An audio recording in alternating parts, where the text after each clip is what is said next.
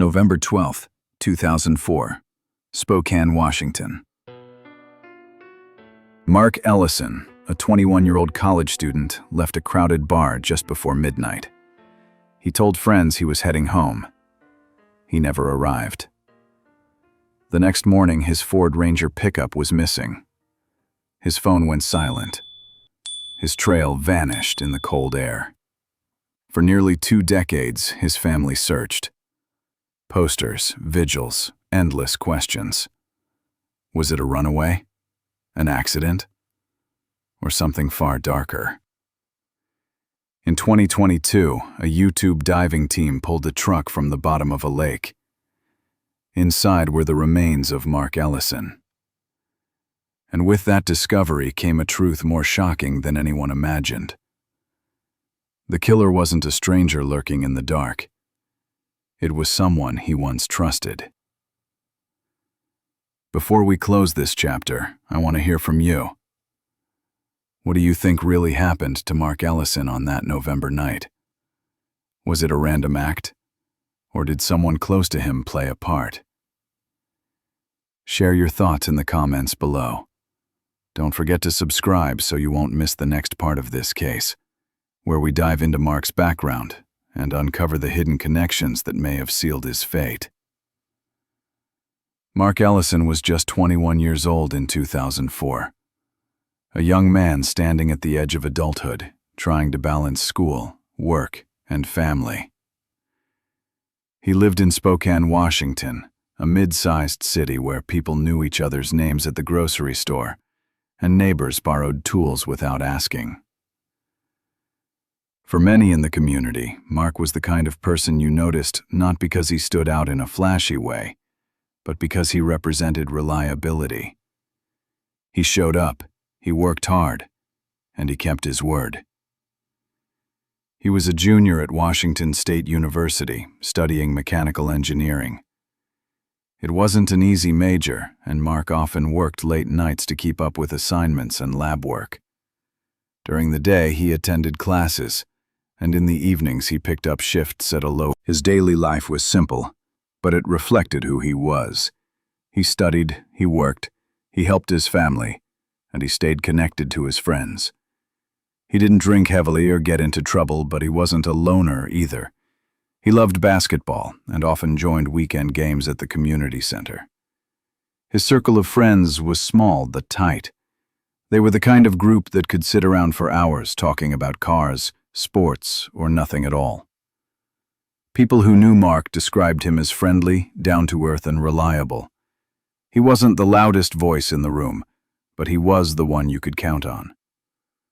Teachers remembered him as a curious student who asked questions until he understood the subject.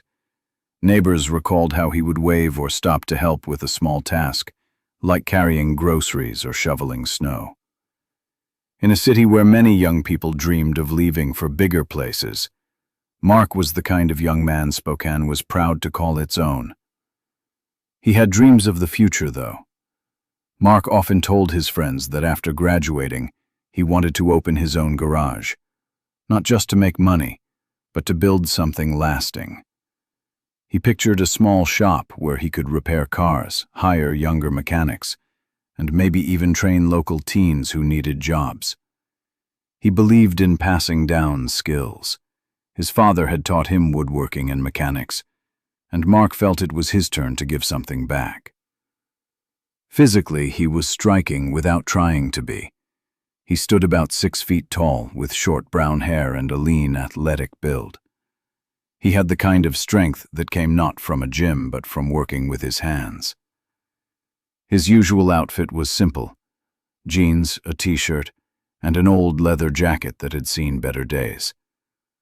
On his wrist, he wore a watch that his father had given him. It wasn't expensive, but it was meaningful. People remembered it clearly after he vanished, because it was such a constant part of his appearance. Mark's generosity also stood out. He often repaired cars for free if someone couldn't afford the work. In Spokane, Mark was seen as dependable, maybe even a little predictable. That's why his disappearance hit so hard. He was not the type to vanish.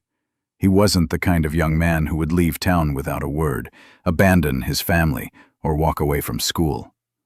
His entire life was rooted in structure and responsibility. When he didn't come home, when his truck didn't show up in the driveway, people knew immediately that something was wrong. Before that night in November 2004, nothing in Mark's life pointed toward danger. His professors said he was doing well in school. His boss at the garage described him as reliable. His family saw him every day, and his friends were used to him being part of the group. He wasn't mixed up in drugs or crime. He had no history of mental health struggles. To everyone around him, Mark Ellison was exactly what he appeared to be: a hard-working young man on the path to a steady future. The last weeks before his disappearance followed the same rhythm as always: school during the week, shifts at the shop, basketball games with friends, dinners at home with his parents and sister. There was no warning sign, no sudden change in behavior. That's why his disappearance was such a shock. Because it clashed with everything people knew about him. The impact on Spokane was immediate. Mark's face appeared on missing posters taped to telephone poles and shop windows. Local news stations covered the story, replaying pictures of him smiling in his leather jacket, holding a basketball, standing beside his red Ford Ranger. People recognized him. They remembered him from the garage, from the university, from the basketball courts. And they couldn't make sense of why he was gone. His disappearance wasn't just the loss of one young man. For the Ellison family, it was a hole that would never close. For the community, it was the loss of a symbol. Mark wasn't a celebrity or a politician. He was something more relatable. On the night of November 12th, 2004, Mark Ellison joined a group of friends at a small bar in Spokane. It was supposed to be a simple birthday celebration, nothing unusual. The bar was crowded with students, music blasting, glasses clinking, laughter carrying over the pool tables. For everyone there, it was just another Friday night. Friends later said Mark seemed completely normal. He laughed, joked, played pool, and drank a couple of beers. He didn't seem nervous. He didn't look upset. Nothing suggested this night would be the last time they would ever see him alive. But in the middle of that party, something caught the attention of witnesses. Mark had a short argument with one of his classmates, Dylan Harper. It started over a game of pool and a small bet. Voices rose for a moment, enough for others to notice, but within minutes the tension faded. They patted each other on the back, moved on, and the evening continued. To most people in the bar, it was nothing. But later, investigators would circle back to that moment as one of the first possible motives in Mark's disappearance. As the night stretched toward midnight, Mark told his friends he was heading home.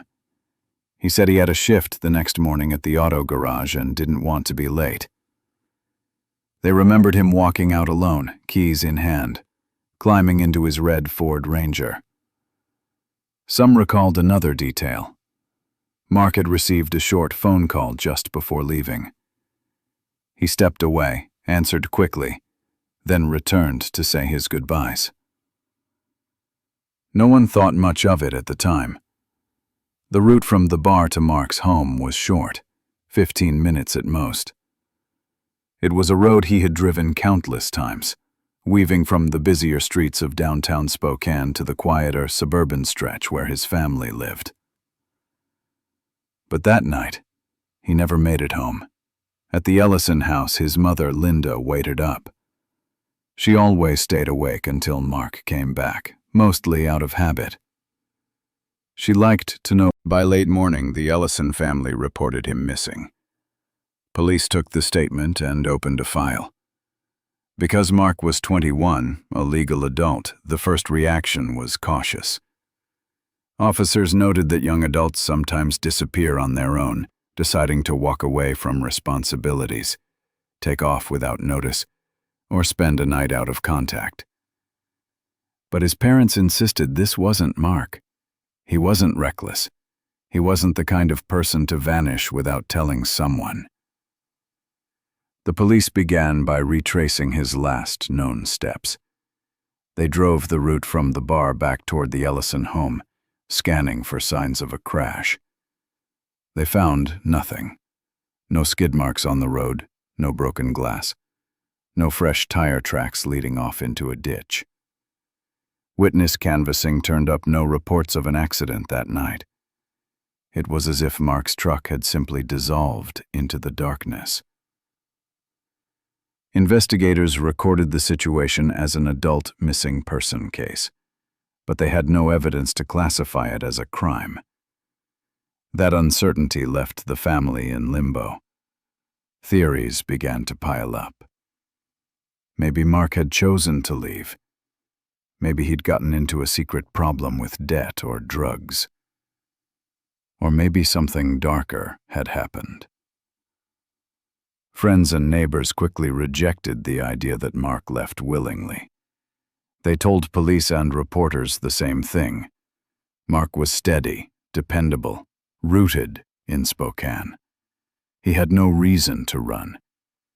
His professors called him focused. His boss at the garage called him reliable. His family said he was careful, respectful, and tied to them by a strong sense of loyalty. None of it lined up with a voluntary disappearance. Yet the lack of evidence kept the investigation frozen. No accident, no crime scene, no truck. Nothing to point police in any direction. In Spokane, news of the disappearance spread fast. Local papers printed his photo, describing him as a 6-foot-tall student, last seen wearing a leather jacket and jeans. By the end of that year, the case was already beginning to cool. There were no suspects, no trail. Only 3 stubborn details remained. Mark left the bar alone. He answered a phone call no one could trace, and his truck was gone. Those unanswered questions would sit for nearly 2 decades, haunting a family and a community, until one day, technology and persistence finally revealed what had happened. On November 13, 2004, the day after Mark Ellison vanished, the Spokane Police Department opened an adult missing person file. The initial facts were brief and stark. A 21-year-old student left a bar near midnight, drove off alone in a red Ford Ranger, and never reached home. No follow-up calls, no texts, no truck. Officers listened to the Ellison family's account and took down the timeline. Because Mark was over 18, the first posture was cautious. Adults walk away sometimes. Adults go quiet. Adults cool off after arguments. That was the standard lens. The Ellisons pushed back hard. Robert, the father, said Mark had work at the garage the next morning and never skipped. Linda, the mother, said he always checked in. Emily, his sister, said he'd promised to help her with a school project that weekend. There was no fight at home, no sudden debt, no breakup drama. The report noted these assertions.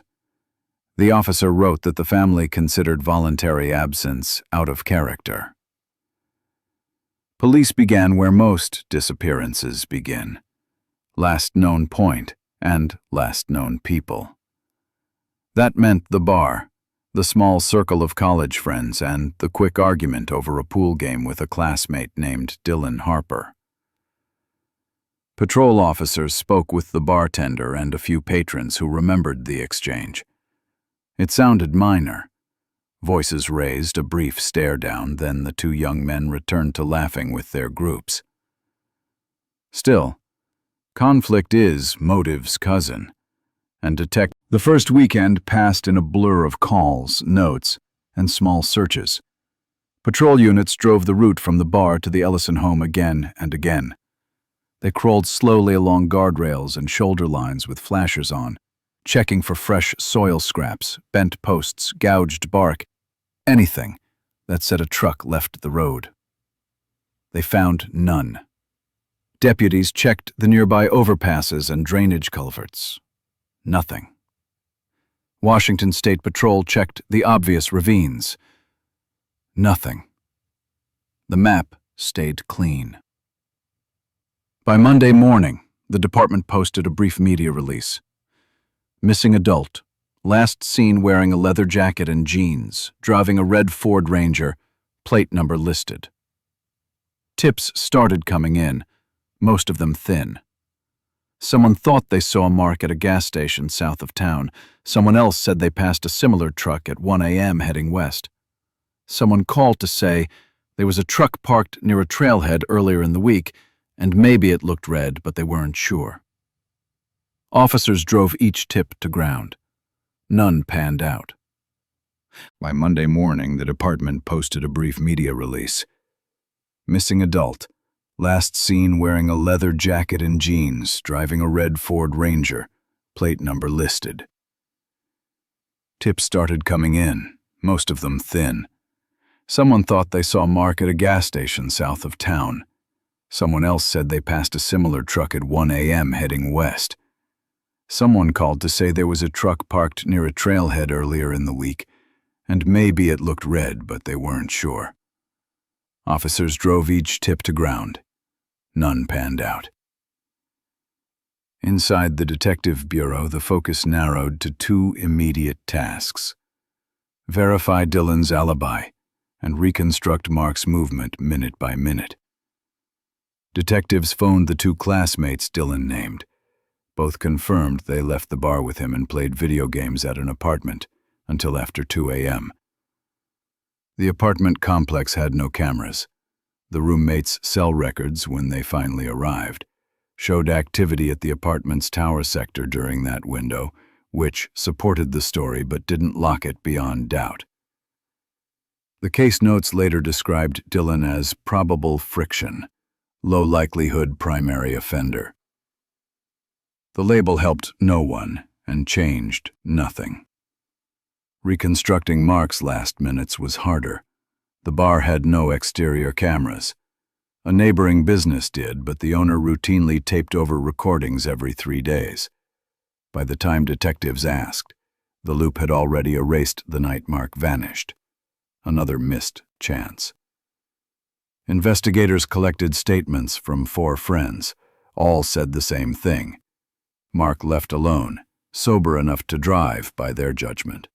Calm, not in a hurry, not upset. He mentioned work in the morning, waved, and walked out. The phone question lingered. Had the incoming call changed his plan? Was it the reason he left when he did?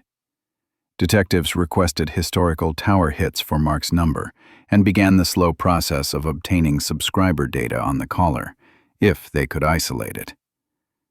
This was 2004. Systems were slower. Records were scattered. The gap between need and paper moved like a glacier. Search efforts on the ground escalated even as evidence stalled. Volunteers, friends, teammates, classmates split into groups and drove rural corridors outside Spokane. They folded printed maps across the hoods of cars, drew lines, assigned sectors, then set out to scan roadside ditches and creek banks. The Ellison family printed posters with Mark's photo and a contact number. They taped them to lampposts, pinned them on corkboards at grocery stores, and handed them to anyone who would take one. The garage where Mark worked taped a flyer to its front door and left a stack at the counter, next to a coffee can for donations. As the days stretched into weeks, rumors filled the silence. A few people said Mark had fallen into drugs, though none could name a source. Others said he'd taken a loan he couldn't repay. Someone insisted he'd been seen with a stranger near the bar. None of this came with names, locations, or verifiable times. The detectives wrote down what they could and triaged the chatter into leads worth driving and noise they had to ignore. Pressure built. Reporters called daily. The family gave interviews, careful and deliberate, holding to the facts. Mark was reliable, close to home, rooted in routine. He had not run away. The department staged a small press availability and repeated standard lines. There was no evidence of foul play, but nothing had been ruled out. They asked the public to keep an eye out for a red Ford Ranger. They asked property owners to check outbuildings, tree lines, and lower fields. They asked record drivers and tow yards to scan their logs. No one had moved a red. Weeks later, a tip reached the desk sergeant from a farmer on the city's edge. He reported fresh tire ruts near a shallow irrigation pond late that Friday night, the same night Mark disappeared. He hadn't called right away because hunters used the area, and the ruts didn't seem unusual until he heard about the missing truck. A patrol unit drove out and saw the ruts partially filled by melting frost and wind-blown leaves. The pond was on private land, surrounded by a wire fence and a locked gate.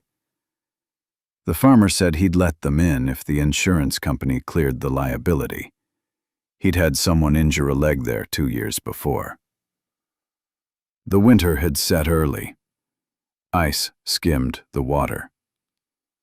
The department's small dive team was already allocated to another case and had minimal cold water capability. A supervisor made a note to return with a wrecker and a set of waders when the weather improved. Then patrol calls spiked. 2 weeks later, the sergeant rotated shifts.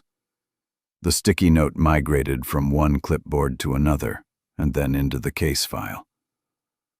The lead went quiet. It would be years before anyone revisited that pond.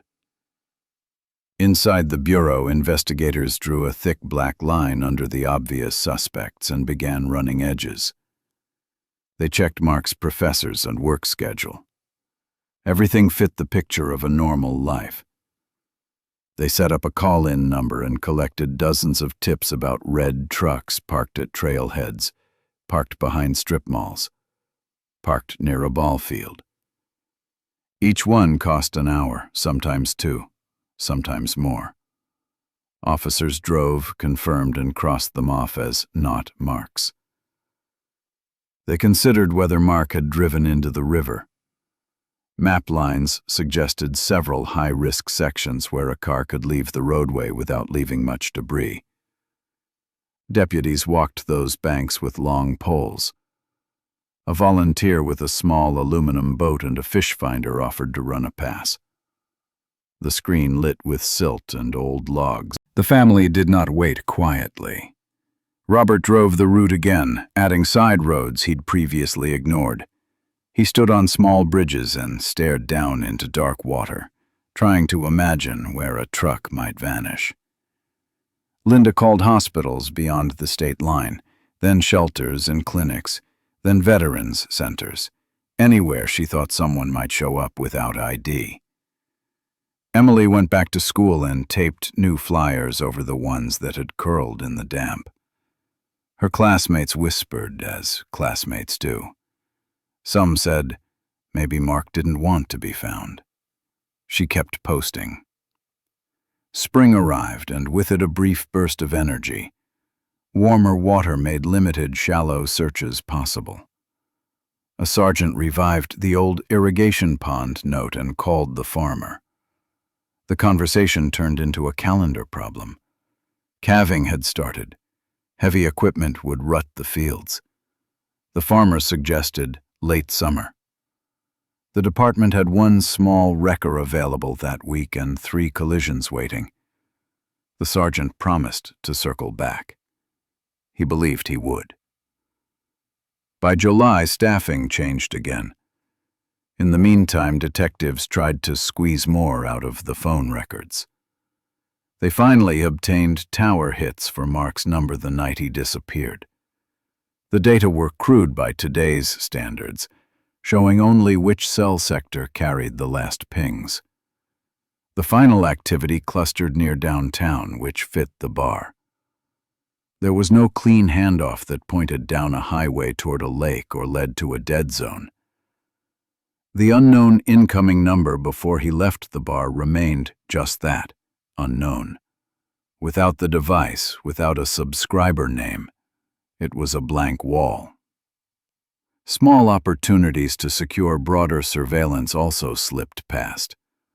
A grocery store 2 blocks from the bar had a camera aimed toward the street. It captured only a slice of the sidewalk and the corner of the lot.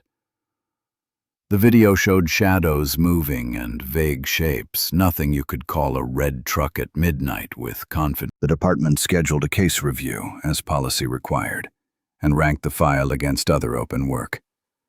Homicides with fresh bodies ranked higher. Active assaults ranked higher. The missing truck, front and center in every family conversation, was a ghost in the workload spreadsheet. No plate reader had pinged it. No impound lot had billed for it. No officer had seen it. Without a vehicle, without a scene, the case could not be aimed at anything. Sometime in late 2005, a new detective flagged the possibility that Mark's truck could be submerged in one of dozens of ponds, reservoirs, or borrow pits within a 30-mile radius. He proposed a coordinated sweep using sonar. The department didn't own that equipment. Borrowing from the sheriff's office would require scheduling, training, and a budget line. The idea went to a meeting and then to a memo. The memo went into a drawer. The drawer closed. The Ellisons kept the pressure on.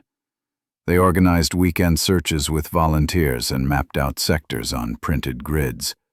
They invited media to some of those searches, not for spectacle but for reach. More eyes, more chances. Some days, they found nothing but beer cans and sneakers. Other days, they found abandoned tires that looked chrome bright underwater and raised heart rates until the mud sloughed off and disappointment took over. Each false alarm stung. 5 years after the night Mark walked out of the bar, the formal designation changed.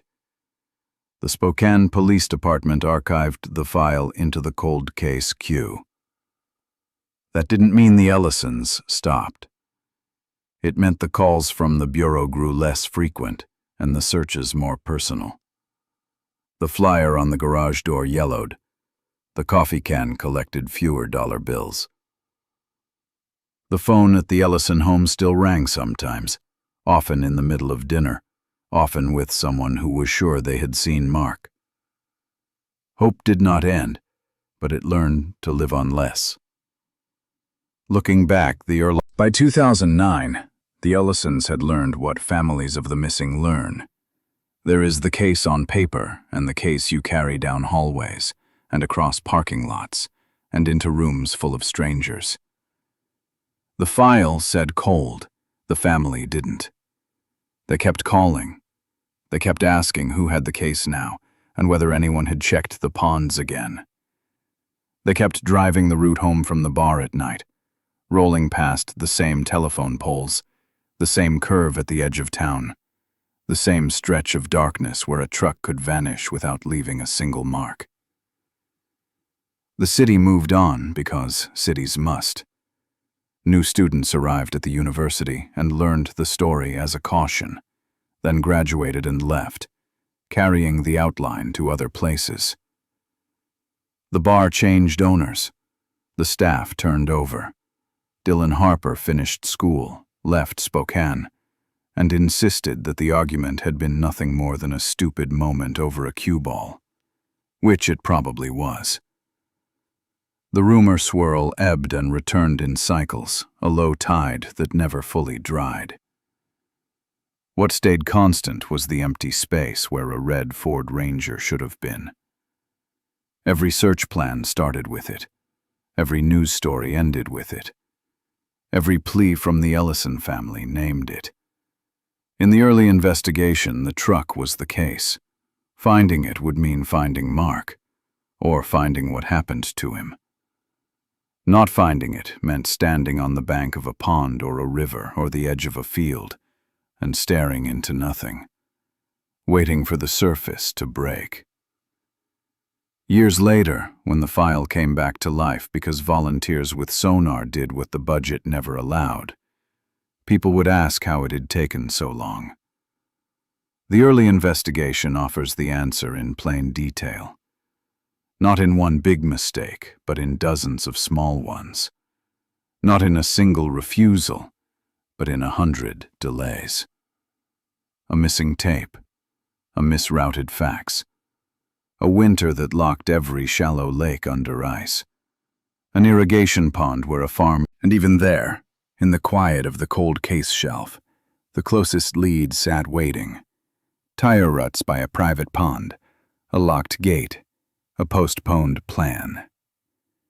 If the weather had held, if the schedule had flexed, if a single form had been signed faster, maybe a wrecker would have backed up to the fence line that week, and a hook would have settled into dark water. Maybe a cable would have tightened. Maybe the surface would have lifted and given back what it had taken. Instead, the early investigation stopped just short of that moment, and the truck with its answers stayed where it was, waiting for a different decade to arrive. The investigation had stalled. The leads had dried up. And for the Ellison family, the years ahead would become a battle not only against silence, but against forgetting. In the next part, we'll follow how Robert, Linda, and Emily turned their grief into a relentless fight for justice, keeping Mark's name alive long after the police closed the file. What do you think about the way the early investigation was handled? Do you believe the police focused too much on Dylan and missed crucial opportunities? Share your thoughts in the comments below, and don't forget to subscribe so you won't miss Part 5 of this story. In the first months after Mark Ellison disappeared, his parents put their faith in the Spokane police. They believed investigators would find answers, that each phone call might bring news, that the knock on the door would finally end the nightmare. But weeks turned into months, and months into years. The case sat in files, with no real progress. The family slowly realized they could no longer wait. If the truth about Mark was going to be found, they would have to fight for it themselves. Robert Ellison, Mark's father, took the lead. A quiet man who had worked with his hands all his life.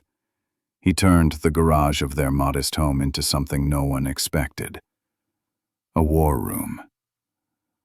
The walls filled with maps of Spokane. While Robert buried himself in evidence, Linda Ellison, Mark's mother, took a different path. She became the voice of the family. She wrote letters to police chiefs, to journalists, even to the governor's office. She started a website called Find Mark Ellison, posting updates, old photos of Mark smiling on the basketball court, and pleas for any scrap of information. She made sure people knew Mark's story hadn't ended. Linda also appeared on local TV and radio whenever she was invited. Her message was simple. Our son didn't run away. He didn't just vanish. Someone out there knows something. Over time, the website gained followers. Some shared tips, most led nowhere. But the family kept pushing, desperate for even the smallest lead. Emily, Mark's younger sister, was only 14 when he vanished. She loved her brother dearly and idolized him. But at school, kids whispered. Some teased her, saying Mark probably ran off, that maybe he didn't want to be found. Those words cut deep. Instead of retreating, Emily responded by becoming part of the family's search. She taped missing posters to school bulletin boards. She handed out flyers at basketball games. Later, as she grew older, she stood at vigils and spoke about her brother, making sure his name was never forgotten. Every year, the Ellisons organized a memorial on the anniversary of Mark's disappearance. They lit candles on the campus of Washington State University and at their church in Spokane. Friends, neighbors, and even strangers came to stand with them. People told stories, remembered Mark's laugh, and spoke of his dream to one day open his own garage. The gatherings became not only moments of mourning but reminders that the case was still unsolved. But not everyone in Spokane believed. Some supported the family fully, donating money to help pay for private investigators or joining search efforts in the woods and lakes around the city. Others whispered that Mark had simply left, that maybe he was in trouble. Robert even hired private investigators. They followed up on sightings in nearby towns, searched through abandoned buildings, checked lakes and rivers. The costs were high, and the results were thin. One investigator thought he had found a lead on a vehicle submerged in a reservoir outside Spokane. The family's hopes soared, but the search ended when funding ran out. The car was never pulled up, the tip never confirmed. For Robert, it felt like a cruel joke. They had come so close, and then it slipped away. Linda sought strength in other ways. She joined support groups for families of the missing, both locally and online. She met parents who had been waiting decades, just like her. They shared their grief, but also their determination. Through those groups, Linda learned to keep Mark's story alive in the media, to keep his photo circulating, and to remind law enforcement that the Ellison family wasn't going away. Emily, now older, took on more responsibility. In college, she wrote articles for student newspapers about Mark's disappearance. She gave interviews, telling the story not only as a grieving sister, but as someone who wanted to prevent other families from going through the same pain. For her, Mark's absence wasn't just a tragedy. It was a lesson to share. By the 2000s, the internet gave the case a second life. True crime forums picked up Mark's story. The Find Mark Ellison website drew attention from people across the country. Social media brought new eyes, new theories, new hope. Tips came in from as far away as Oregon and Idaho. Most went nowhere. But each one reminded the family that people still cared, that Mark was not forgotten. The Ellisons endured years of ups and downs. Every false lead was crushing. Every dead end made them question if they would ever learn the truth. Yet they never quit. Even when police quietly shifted resources away. Even when the word cold case appeared on the file, the Ellisons refused to let the case die. The official file on Mark's disappearance sat in storage, gathering dust. But inside the Ellison home, the case was never cold. For them, it was burning every day. 18 years after Mark vanished, the breakthrough finally came, not from police, but from a group of volunteer divers with a YouTube channel. They found what law enforcement had missed for nearly 2 decades. But that discovery belonged to the next chapter in this story. For the Ellison family, Part 5 was about survival, about refusing to let time erase their son. They carried the fight alone when institutions failed them. They stood against rumors, division, and exhaustion. And they waited, year after painful year, until the truth began to surface. In 2022, the case of Mark Ellison had been cold for almost 2 decades. His file sat deep in the Spokane police archives, one among thousands of unresolved disappearances. For the Ellison family, hope had worn thin. They had spent years pushing for answers, but each lead collapsed. Each tip led nowhere. 18 years had passed since that November night in 2004, and the silence had become unbearable. Then came an unexpected message. A YouTube channel called Deep Water Recovery, known for searching lakes and rivers for missing vehicles, received an anonymous tip. The message pointed them to a small, shallow lake on the outskirts of Spokane. The tip claimed that a vehicle had been submerged there for years. At first, it seemed like just another rumor. Over the years, countless tips had surfaced, most of them false, fueled by speculation or misguided hopes. But the team at Deepwater Recovery decided to investigate. They had built a reputation for turning long-forgotten mysteries into real discoveries. And now, the name Mark Ellison was about to resurface. The divers prepared their equipment, sonar scanners, underwater drones, and live streaming gear. On the day of the search, thousands of viewers tuned in online. The Ellison family. Police were notified immediately. Heavy machinery was brought in to extract the vehicle. The recovery took hours. Crowds gathered along the banks of the lake, some watching in silence, others whispering. Reporters arrived. The Ellison family waited anxiously at home, the phone close by. Finally, as the crane pulled the truck from the water, silence fell. Dripping with mud, corroded by time, the vehicle broke the surface.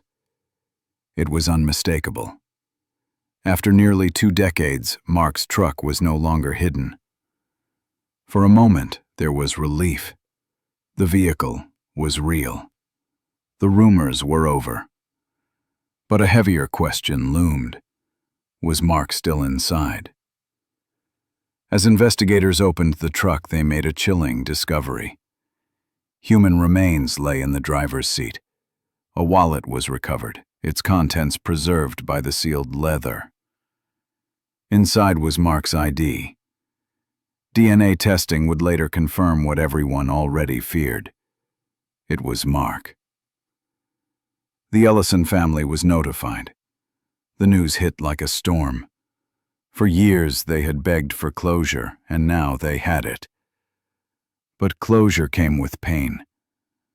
Mark hadn't run away. He hadn't started a new life. He had been there the entire time, hidden beneath the lake. Still, the shock was only beginning. Forensic investigators examined the remains and the condition of the vehicle. What they found changed everything. Mark had not died in an accident. His injuries told a different story. He had suffered a violent blow to the head, the kind of injury no crash could explain. The conclusion was clear. Mark had been attacked before his truck was pushed into the lake. This was no accident. It was murder. The Spokane police officially reclassified the case. A disappearance had become a homicide investigation. After nearly 20 years of confusion and speculation, the truth was undeniable. Someone had killed Mark Ellison, and someone had kept that secret buried for almost 2 decades. Public reaction was immediate. News spread across Spokane. For years, people had debated whether Mark had left willingly, whether he had been troubled, whether he had vanished by choice. Those rumors were crushed in an instant. He hadn't abandoned anyone. He had been the victim of a crime. Detectives searched the vehicle again, this time with renewed focus. On the driver's side door and steering wheel, they found fingerprints. Not just Mark's, but someone else's. The prints were remarkably well preserved. Alongside the fingerprints, traces of DNA were also recovered, on the fabric of the seat and on a cigarette butt wedged between the console. It was a breakthrough that should have come years earlier, but science and technology were different in 2004. Now, with advanced tools, the smallest trace could speak volumes. The evidence was entered into the national database. For weeks, investigators waited as forensic analysts worked to match the samples. Finally, a result came back. The fingerprints matched a man named Ethan Ward. Ethan wasn't a stranger. He had been Mark's classmate and at one point a close friend. Their friendship had unraveled years before Mark disappeared, after disputes over money. Ethan had borrowed from Mark and never paid him back. Some said he resented Mark's steady life, his job, his college prospects, his supported family. The bitterness lingered, even if it wasn't visible to outsiders. Now, nearly 2 decades later, his name was back. Investigators reviewed old witness statements. Some friends recalled that Mark had received a phone call shortly before leaving the bar on the night he vanished. At the time, police couldn't confirm who had called. But the puzzle pieces finally began to align. Ethan had lured Mark outside that night. He had been with him, or at least waiting for him, before Mark disappeared. His fingerprints were on the truck. His DNA was inside. The evidence was overwhelming. For the Ellison family, the discovery was bittersweet. They finally knew the truth. Mark had been killed, and the man responsible was someone he had once trusted. The sense of betrayal cut deep, but for investigators, this was the breakthrough they had been waiting for. After 18 years, they finally had a suspect backed by science, not just speculation. Spokane braced for the next stage of the case. An arrest was imminent. The man who had hidden in plain sight, who had managed to live his life while Mark's family suffered, was about to be exposed. The discovery of the truck and the forensic evidence it carried turned the Ellison case from a forgotten cold file into the most talked-about homicide in Washington. The story spread beyond the state. Headlines captured the shock. A YouTube diving team had done what police couldn't, uncovering a crime buried for almost 2 decades. But for the Ellisons, the focus was on one thing: justice for Mark.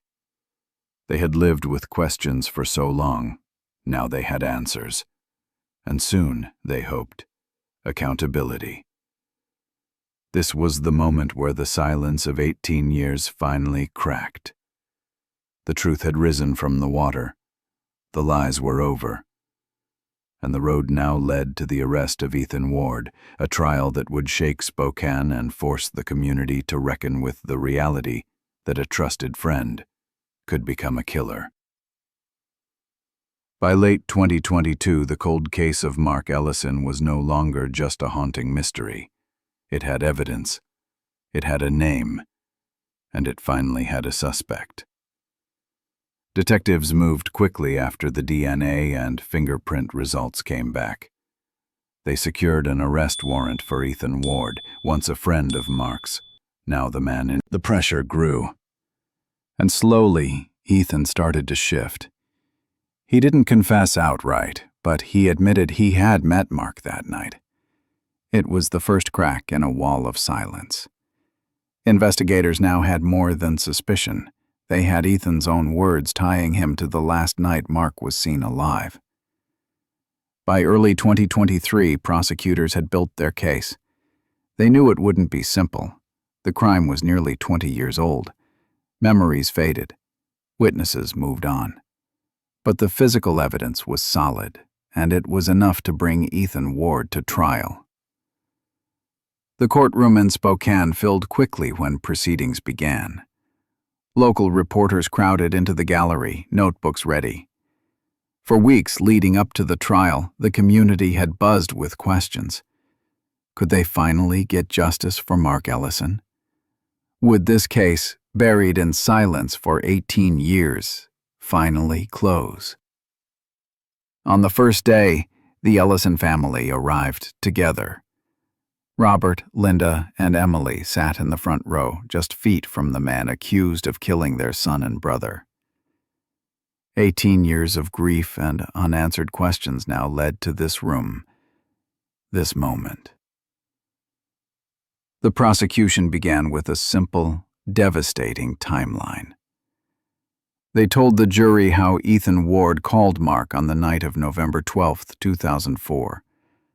How Mark left the bar after midnight, climbed into his red Ford Ranger, and never made it home. How his truck was later pulled from a muddy lake with his body inside. Then came the evidence. Prosecutors displayed photographs of the recovered vehicle, waterlogged but unmistakable. They presented forensic reports showing the blow to Mark's skull, consistent with a violent assault, not an accident. They revealed the fingerprint and DNA samples that matched Ethan, still preserved after all those years. The key argument was motive. Ethan had once been Mark's friend, but jealousy and resentment had poisoned that friendship. Witnesses testified that Ethan owed Mark, but the prosecution kept bringing the focus back to Ethan. They reminded the jury of the call records showing Ethan was in contact with Mark the night he disappeared. They reminded them of the fingerprints, the DNA, and the fact that Ethan himself admitted seeing Mark that night. One by one, the pieces fell into place. The science was clear. The timeline was clear. The conclusion was unavoidable. In the courtroom, the most powerful moment came when prosecutors revealed the recovered call logs. Jurors saw the evidence that Ethan had called Mark just minutes before he left the bar. It was the last phone call Mark ever answered. That detail struck hard. Mark didn't vanish by accident. He was led away by someone he trusted. For the Ellison family, every detail was a knife twisting deeper. When prosecutors displayed the DNA charts, Linda wept quietly. When the fingerprint evidence was explained, Robert gripped his daughter's hand, both of them trembling. 18 years of waiting, of fighting to keep Mark's memory alive, had finally led to proof. The trial lasted 3 weeks. Witness after witness testified. Some were experts, some were friends from that night in 2004. Each piece of evidence added weight. Each day, the case against Ethan grew stronger. When closing arguments arrived, prosecutors looked at the jury and reminded them that this was about more than evidence. It was about trust betrayed.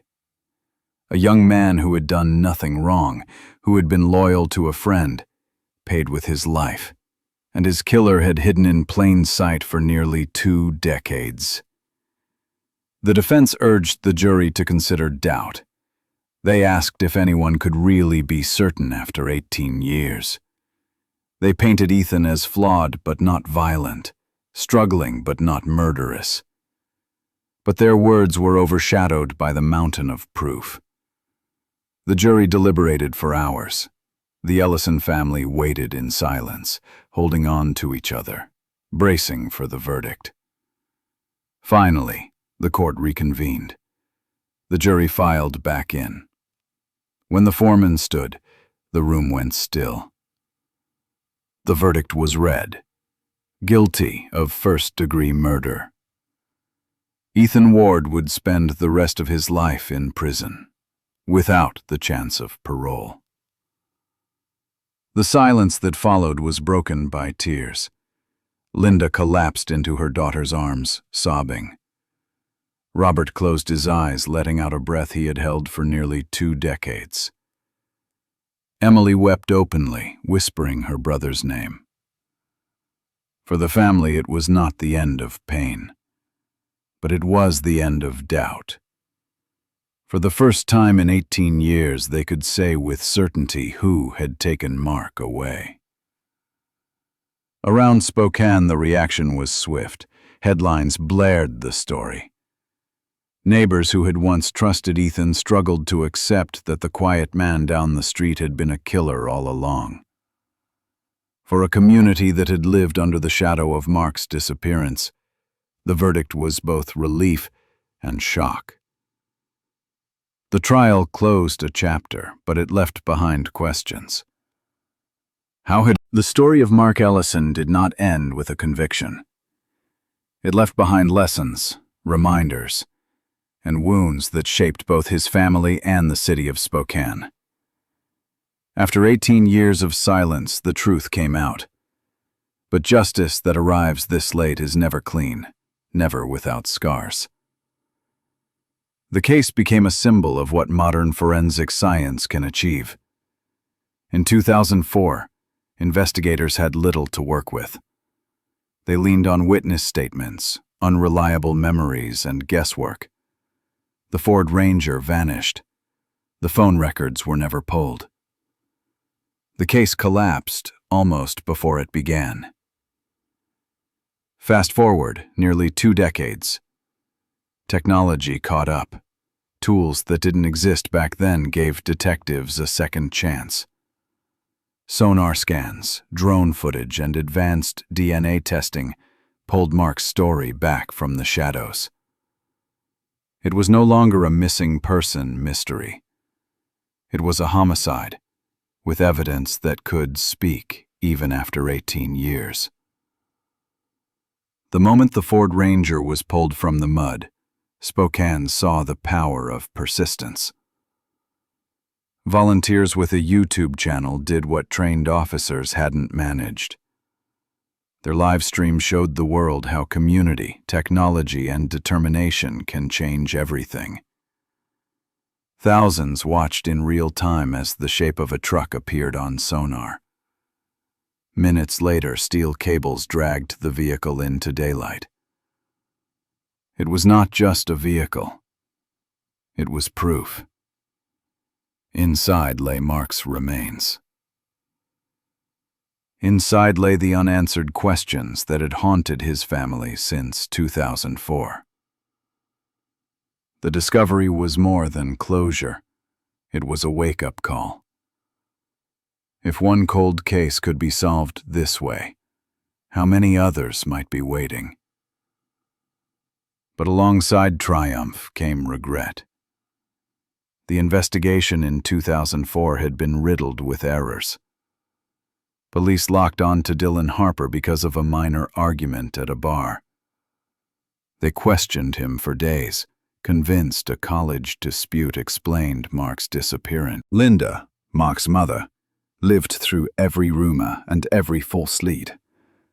She carried the weight of defending her son's name against whispers that he had run away or slipped into drugs.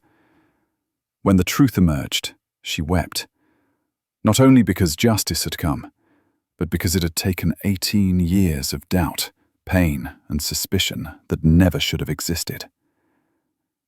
Emily, Mark's little sister, grew up in the shadow of his disappearance. She was only 14 when he vanished. For years, classmates teased her, saying her brother had abandoned his family. She carried that weight into adulthood. By the time Ethan was convicted, she was a woman in her 30s.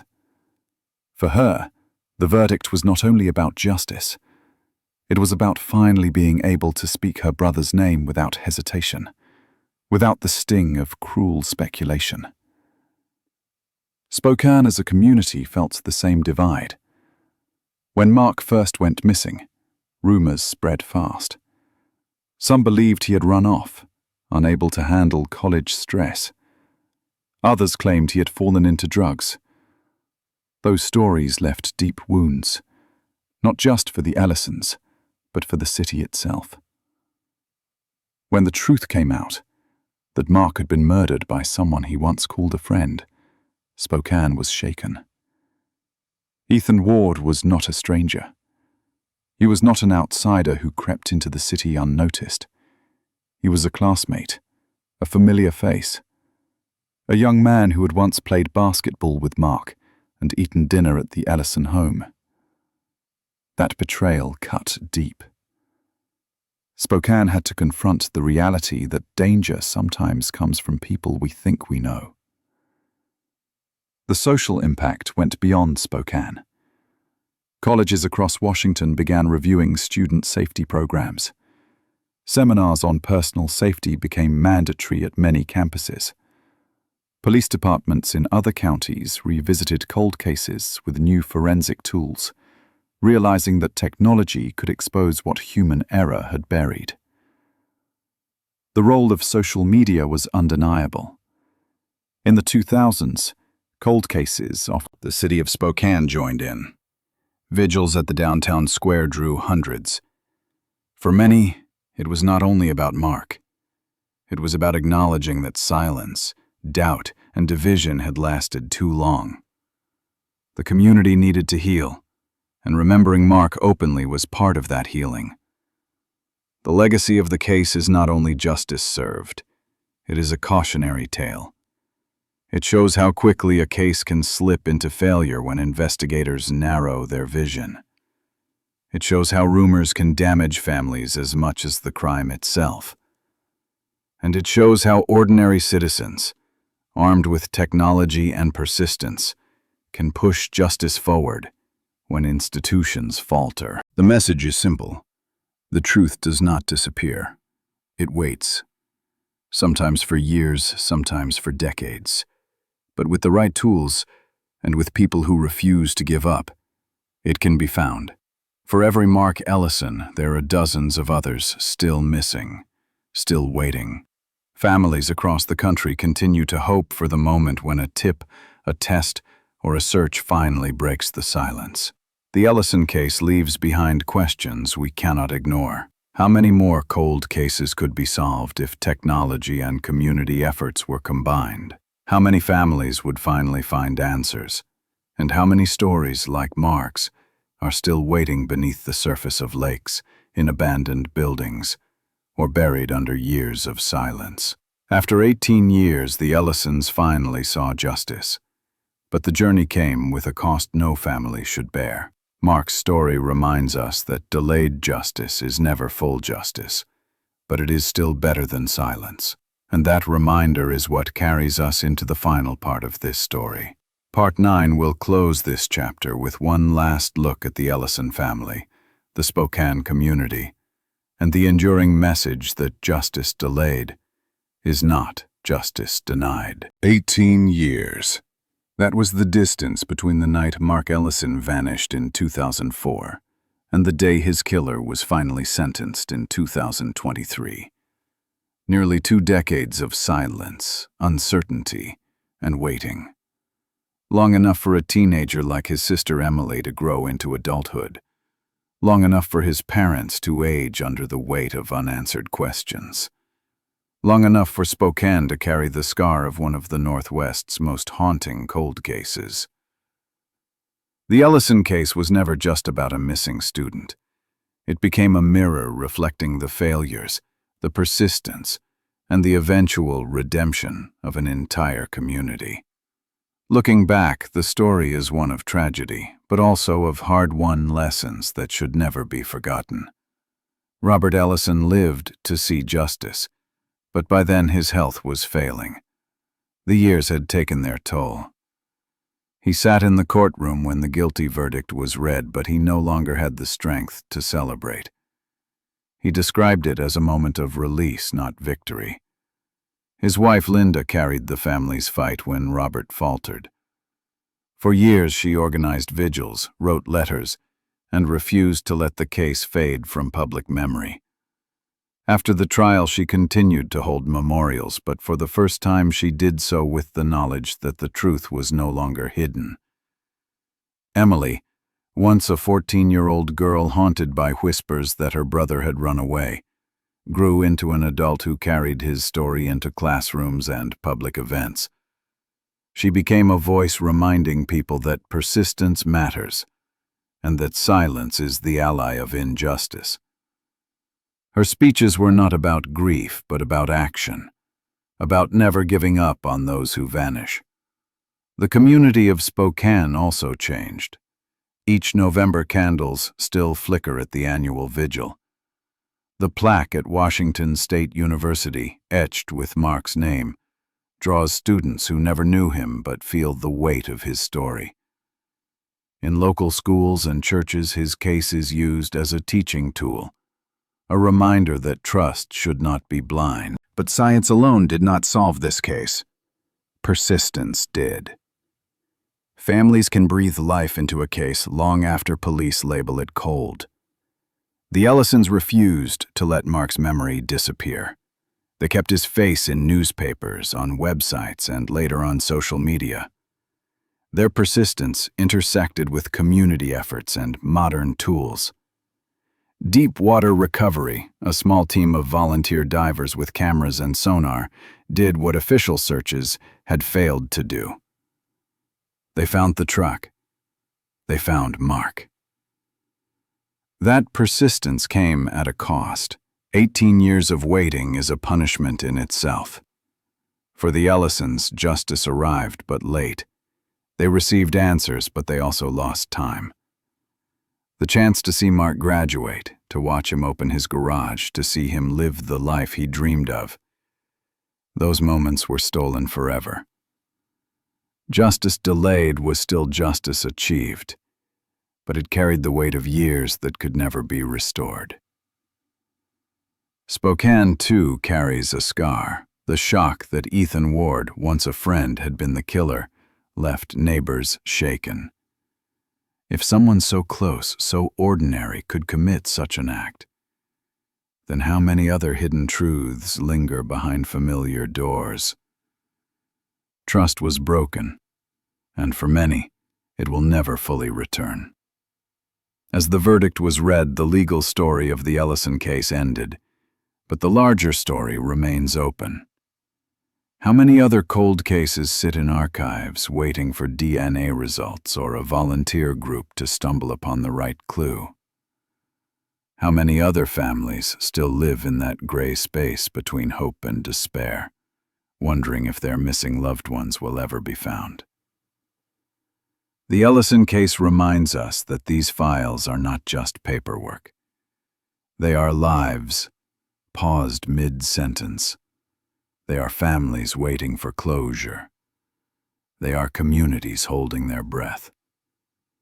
Each unsolved case is an unfinished chapter, and technology combined with persistence might be the key to turning the page. The ending of Mark. If you followed Mark's story, take a moment to reflect.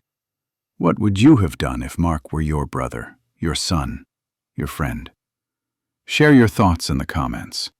Talk about the investigation, the trial, and the lessons you see in this case.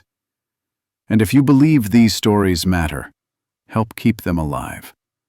Subscribe so you don't miss the next investigation into unsolved mysteries. Share this story so others can see the importance of persistence.